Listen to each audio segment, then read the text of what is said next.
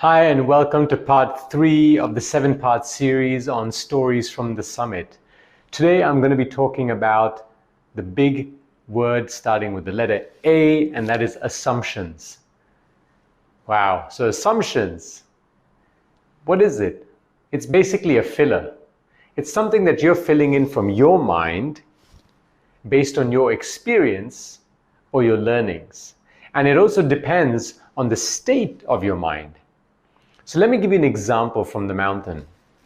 Now, as we are climbing up to Caliper, which is just a little bit higher than the base of Mount Everest in Nepal, at some point, the guide says, at this level, let's go into the clinic so that you can learn about altitude sickness, how we measure your oxygen levels, and if things start to go wrong and you start getting the symptoms, how can we help you to get to safety as quickly as possible?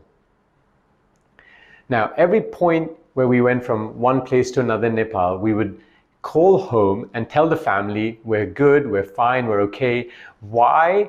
Because they were worried. They didn't want us to go to the mountains. They didn't want my wife and I to go along with a very dear friend of mine, Ramsey.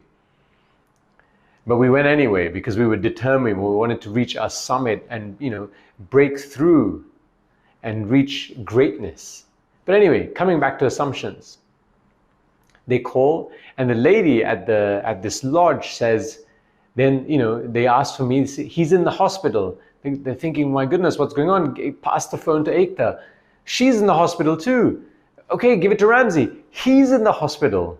Now they start panicking. They're calling my in-laws, they're calling Ramsey's parents. Everyone's discussing why they're in the hospital, what's going on. They should have never gone. These were all fillers based on the state of mind, which was fear. But in reality, we were just at the clinic getting trained on altitude sickness. Now, as soon as I get back to the lodge, the lady's telling me, you need to call your dad. I call him up and he's yelling down the phone and I'm going, what's going on? What happened? I'm getting worried. I'm thinking, why is he shouting? And it turns out that he thought that we all were in trouble. And then I assured him, I gave him the comfort that no, we're absolutely fine. There's nothing to be worried about. We're all okay. And we're going to get to the top. But here's the thing. He assumed. And that's what led to a lot of pain temporarily until he got the right answer. So my question to you is, how often are you assuming? How often are you filling in those blanks based on your experience or your learnings? And how often is it a more negative scenario versus a positive scenario because of the state of your mind?